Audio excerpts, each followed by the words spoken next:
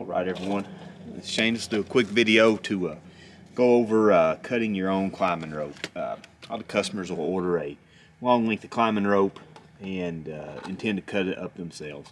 First of all, I'll say if you order it from me, let me know what lengths you're looking for, and I can cut it and whip and seal the ends for you myself without making you do it.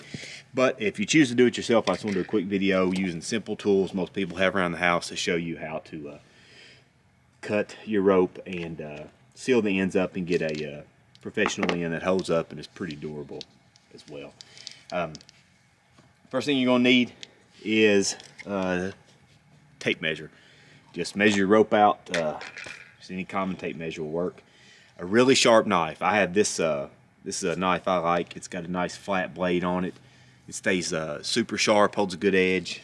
It's very important, one of the most critical parts of it. Pair of scissors, if you choose, you can get by without them if you didn't want to.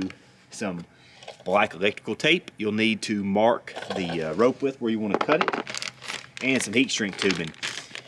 This is my personal favorite. This actually has some glue that actually goes up inside the in the heat shrink, and when you melt it onto the rope, it bonds. It's super tight, especially if you're using Restec, or sometimes the Canyon rope. The core and the sheath will tend to separate a little bit, and you'll have to milk it back down. That tends to keep that from happening as bad, so I really like it. And I will put a link down in the description below this video to that. I actually buy that off Amazon. So I'm going to measure my rope out. When I get my rope measured out, I'm going to take my black tape. It's going to put a couple of wraps around it to mark the location that I want it to be cut. That serves a couple of purposes. First of all, it tells me where to cut, obviously, but it also helps when I do cut to hold the ends of the rope in place and keep it from fraying on me.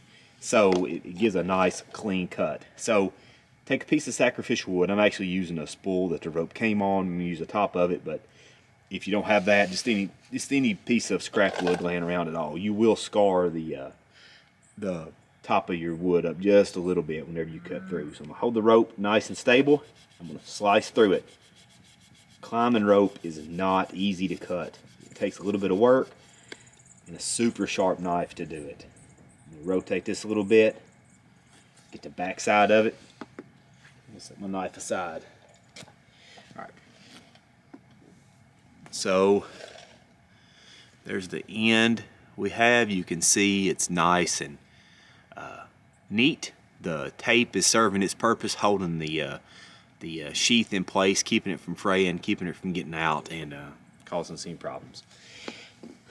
So I'm going to cut off about a ½ inch of my heat shrink tubing. Just going to cut a little piece of it off. Go ahead and cut another piece because I've got two ends of this rope I'm going to be sealing up today. And I didn't mention this before, but you also need a heat source.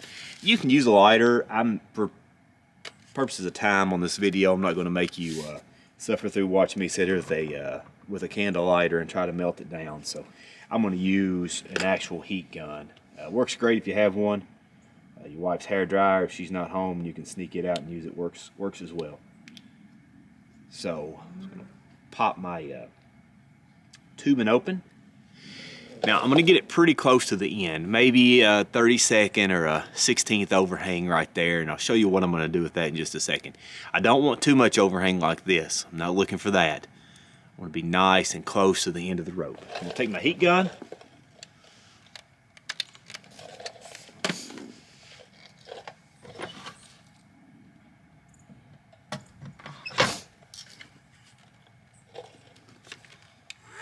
And just going to shrink it down.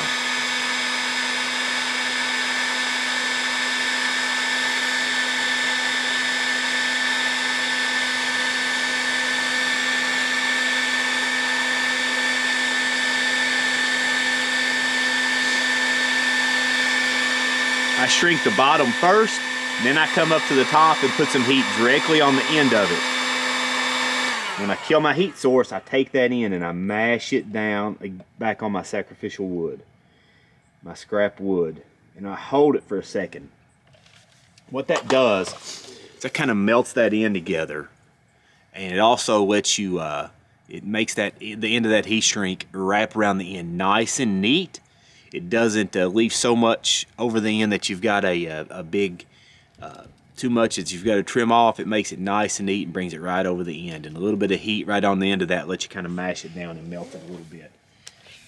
If you've worked with 550 cord much, it's the very same principle you probably use there. I'm gonna seal the other end of this rope real quick for you and let you watch it again. Pop my tubing open.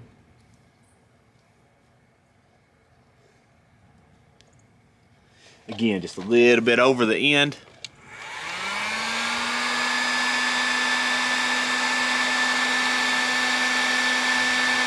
Shrink it down.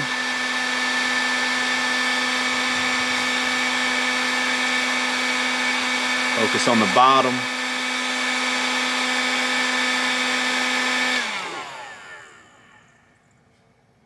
Mash it down, give it a second.